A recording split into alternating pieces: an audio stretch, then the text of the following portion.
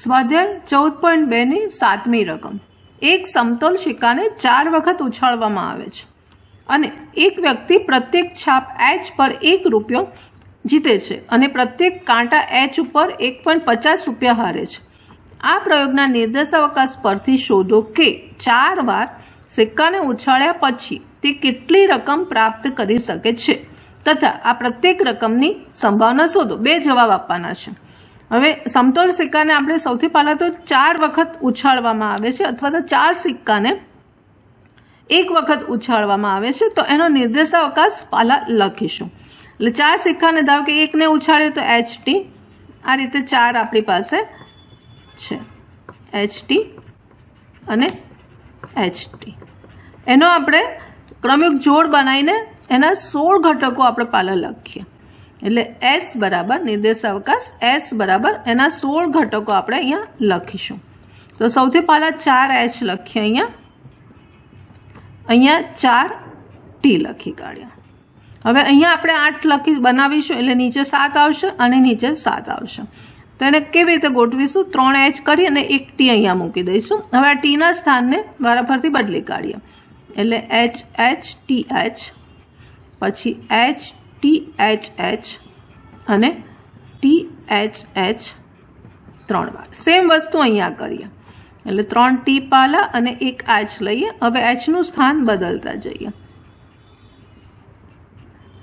THTT અને આવશે HTTT. હવે આ 2H લઈ અને 2T લઈ લઈએ. 2H 2T. સેમ વસ્તુ અહીંયા 2T 2H. આ રીતે થશે.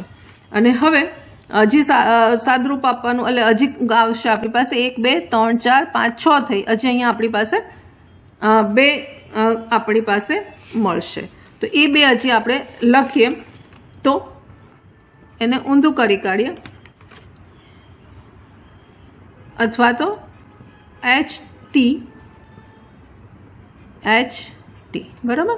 અહીંયા THT H થશે. પછી અહીંયા HTTH અને અહીંયા T આવશે અને HT આવશે. એટલે આ રીતે આપણી પાસે 16 ઘટકો આવશે. N બરાબર 16 થઈ જશે. અહીંયા 8 કર્યા અને અહીંયા 8 કર્યા. આ રીતે આપણે એને લખીશું.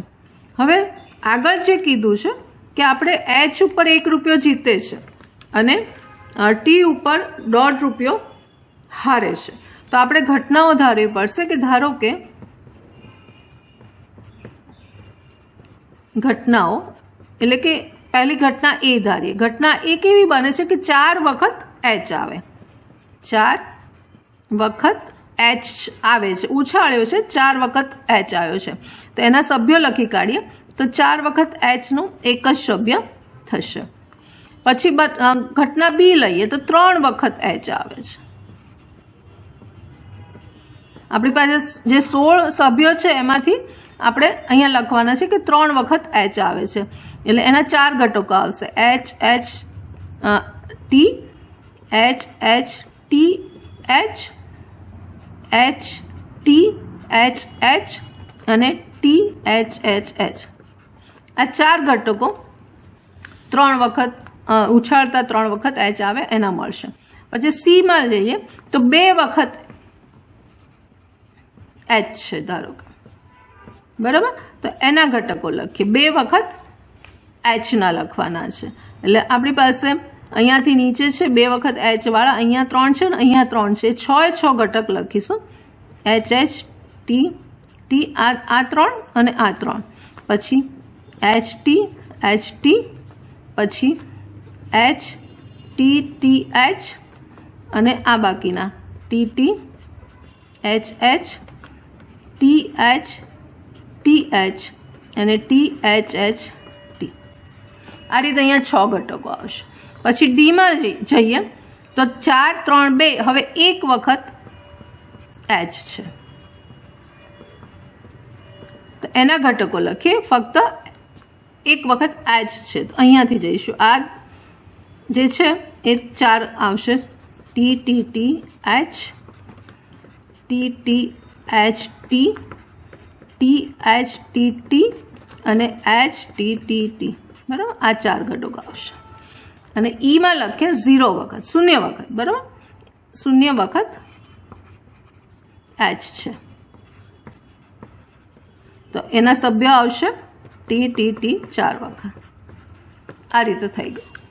હવે પહેલો જવાબ જે આપણે શોધવાનો છે એ શોધીએ કે નિર્દેશાંક પરથી શોધો કે 4 વાર સિક્કાને ઉછાળ્યા પછી તે કેટલી રકમ જીતે છે. હવે સિક્કો 4 વખત ઉછાળતા, સિક્કો ઉછાળીએ છીએ, પહેલા આપણે આ ઘટનાઓ લખી છે.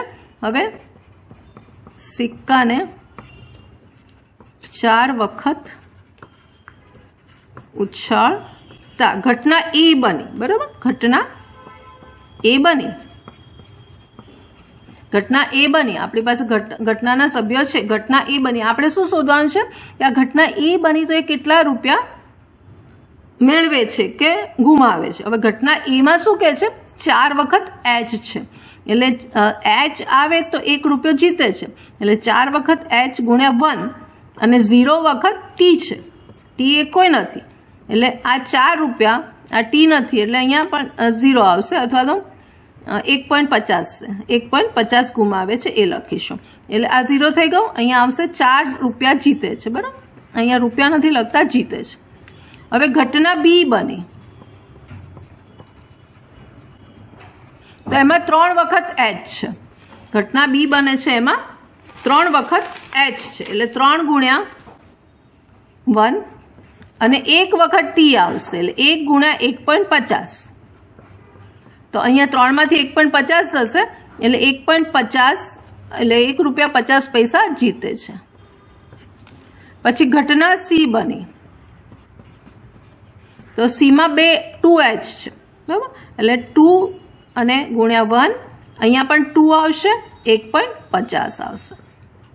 એટલે 2 માંથી આ 2 ગુણ્યા 1.50 કરવાનું, એટલે અહીંયા આપણી પાસે વધશે 1 રૂપિયો વધશે, એટલે 1 રૂપિયો એ જીતે છે.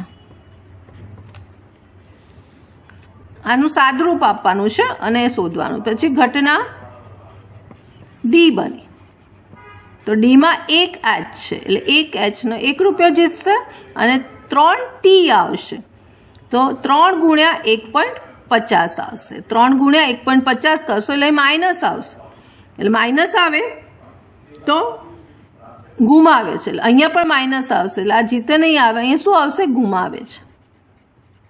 અહીંયા પણ ગુમાવે છે, આપણે માઇનસ નહીં લખવું, પણ ગુમાવે છે એવું લખશું. તો અહીંયા શું આવશે, 3.50 ગુમાવે છે. અને છેલ્લે ઘટના E બની, તો ત્યાં H 0 છે, એટલે 0 × 1 ગુણાકારમાં અહીંયા 4T છે. તમે આ જોશો તો E માં 4T છે, એટલે 4T આવે, T આવે એટલે 1.50 એ ગુમાવે છે, હારે છે, એટલે 4 ગુણ્યા 1.50, એટલે અહીંયા 6 થશે. આના ગુણાકાર કરશો એટલે 6 રૂપિયા એ ગુમાવે છે. આ રીતે અહીંયા થશે, બરાબર, માઇનસ નહીં લખ્યું પણ ગુમાવે છે. હવે આગળ કીધું છે આપણને કે પ્રત્યેક રકમની સંભાવના શોધો, એટલે આ ઘટના જે ABCDE છે એની સંભાવના શોધવાની છે. તો અહીંયા પ્રોબ A શોધવાનો છે, તો પ્રોબ A બરાબર M/N. N એટલે 16 છે જ. હવે M એટલે એમાં કેટલા સભ્યો છે, 1 છે, આ 1, એટલે અહીંયા 1/16 આવશે. પછી પ્રોબ B, સૂત્ર આપણે આનું જ રાખીશું, નીચે આવશે 16 અને B માં કેટલા ઘટકો આપણે લખ્યા છે, અહીંયા 1, 2, 3 ને 4, એટલે 4/16, એટલે 1/4 આવશે. પ્રોબ C, તો પ્રોબ C માં નીચે 16 સૂત્ર પ્રમાણે, અને C માં આપણી પાસે 6 છે, 1, 2, 3, 4, 5, 6, 6 છે, એટલે અહીંયા આવશે 6, એટલે અહીંયા 3/8 આવશે જવાબ. પછી પ્રોબ D શોધવાનો છે, તો પ્રોબ D માં પણ નીચે 16 અને D માં 4 છે, 1, 2, 3, 4, એટલે અહીંયા 4 આવશે અને જવાબ આવશે 1/4. અને પ્રોબ E આવશે, તો નીચે 16 અને એમાં પણ સભ્ય 1 છે, એટલે 1/16 છે. એટલે આ રીતે એની સંભાવના આવશે. આ આન્સર છે એ સંભાવનાના આવશે. અને કેટલા પૈસા મેળવ્યા છે આ રીતે આવશે. આ રીતે 4H અને 0T છે, એટલે T હોય તો 1.50 છે અને એચ હોય તો 1 રૂપિયા જીતે છે. એટલે અહીં સાદરૂપ આપવાનું છે. માઇનસ આવશે તો ગુમાવે લખવાનું છે. આન્સર આનું સાદરૂપ માઇનસ આવે તો ગુમાવે એવું લખવાનું છે. એટલે આ રીતે આ રકમ થશે.